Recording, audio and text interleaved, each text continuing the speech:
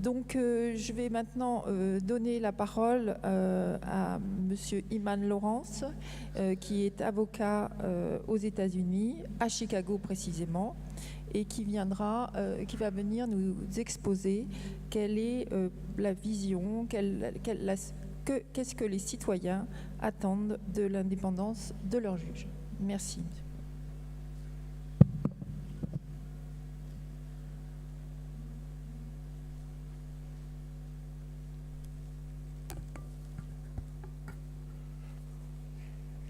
Good morning.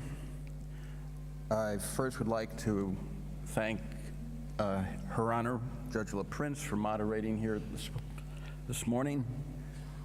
I'd like to also recognize all the members of our audience, the distinguished ministers, judges, and ladies and gentlemen. My deepest appreciations to His Excellency, the Advisor to His Majesty King Mohammed VI, the Minister of Justice, for the incredible opportunity to be here at the first conference with my wife and have the opportunity to participate in this conference. I also wish to acknowledge everyone from the Minister's Office who had made our first experience filled with lifetimes of memories for us, and I especially wish to thank Ms. Leila Manara, the Counselor of Communications to the Minister.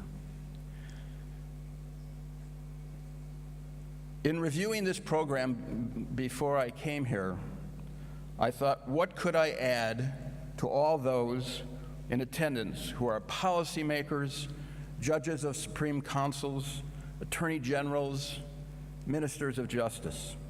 This was an august group, are the ones that society has chosen to ensure judicial independence. My background. I'm from Chicago. It has been known over the years as the home of the gangster Al Capone, but we have actually transcended. We are now known for the home of Michael Jordan and President Obama and Michelle Obama, First Lady Michelle Obama. So we have improved. My background has been for the 42 years as both a public prosecutor and now as a private lawyer, advocate, that tries cases both in civil and criminal matters.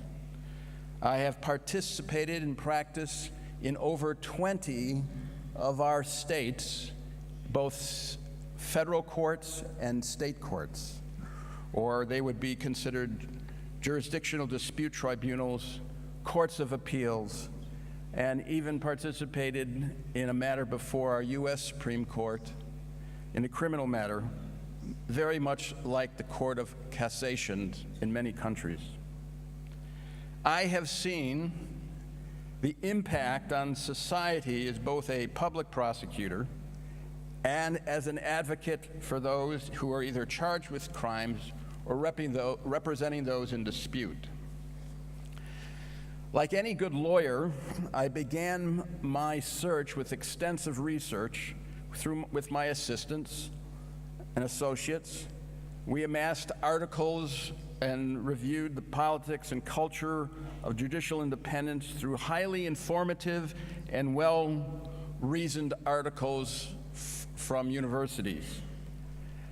However, I doubted that this body was more likely than not interested in the review of law review articles. So instead, I wish to tell you a story. Like any good trial lawyer, we want to be able to transform for you what we know in the form of a story. So my story starts in the early 1980s. It was what is known in the federal courts, it was at the time, as called Operation Greylord. It was an attempt to end a period of corruption in our courts, which led to the conviction of 40 to 50 judges, lawyers, magistrates, clerks. It started as a dispute, and it started with one man. He was an associate. He worked with me in the public prosecutor's office. And he said enough was enough. As His Honor Judge Richard Stearns said yesterday, the U.S. follows the Anglo-Saxon common law. As His Honor also pointed out, it is judges who are central to the decision-making process.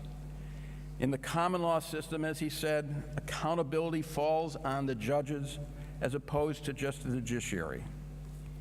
As this body well knows, the United States is made up of 48 contiguous states and Hawaii.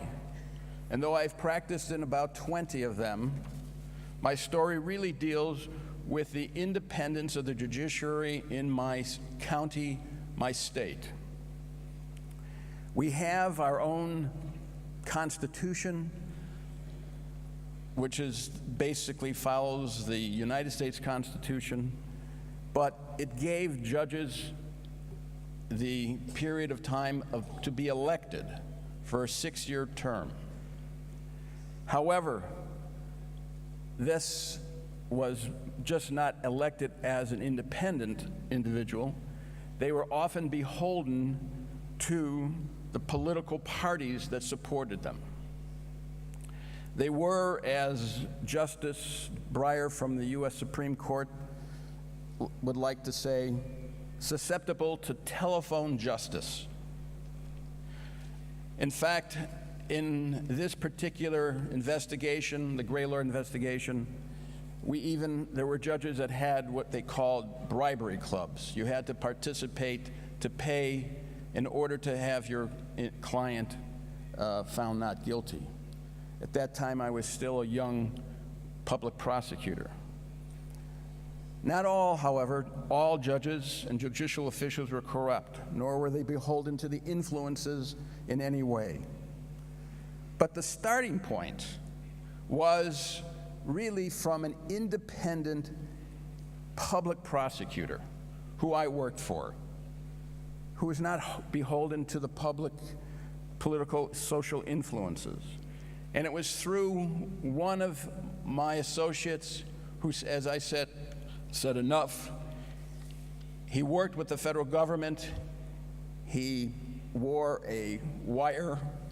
There was even a judge, a magistrate judge, who would come up to the courts during the summer while the other judges were on vacation. He wore a transmitting device to the federal authorities in his cowboy boots. Eventually, as I say, the United States Attorney's Office, or in many countries, the Ministry of Justice, had convicted these lawyers, clerks, sheriffs, and judges. And changes were very apparent after that. And as His Honor, the General Director of the Supreme Institute of the Judiciary of Morocco said yesterday, justice is a foundation of civilization. It is the legal culture that I ask of you is necessary to have a truly independent judiciary.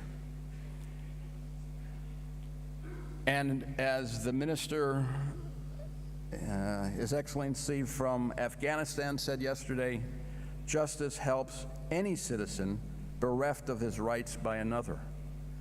So for society, we need more than a appearance of procedural fairness. What society seeks as a representative of the people who are the end users of your policies is that they seek intellectual honesty, they seek a judiciary that follows the rules of law, not their own biases or prejudices. They seek a judiciary that is accountable for the decisions, and they seek a transparency, as one minister spoke the other day. As my wife and I walked through the Medina yesterday and the Kasbah, I had the fortunate opportunity to see Morocco's society that this program talks about. They were the merchants on the street, the shopkeepers, the snake charmers, and I thought, how will this judicial independence affect them? Will they have the ability to be the end users of this body of work? It only takes the one person to have the courage to have independent judicial system. And with that system, it will help those who, as they said, as the minister said, are bereft of their rights. That is what I believe is society's expectations, speaking to you as a trial lawyer, not as a policymaker. Thank you very much.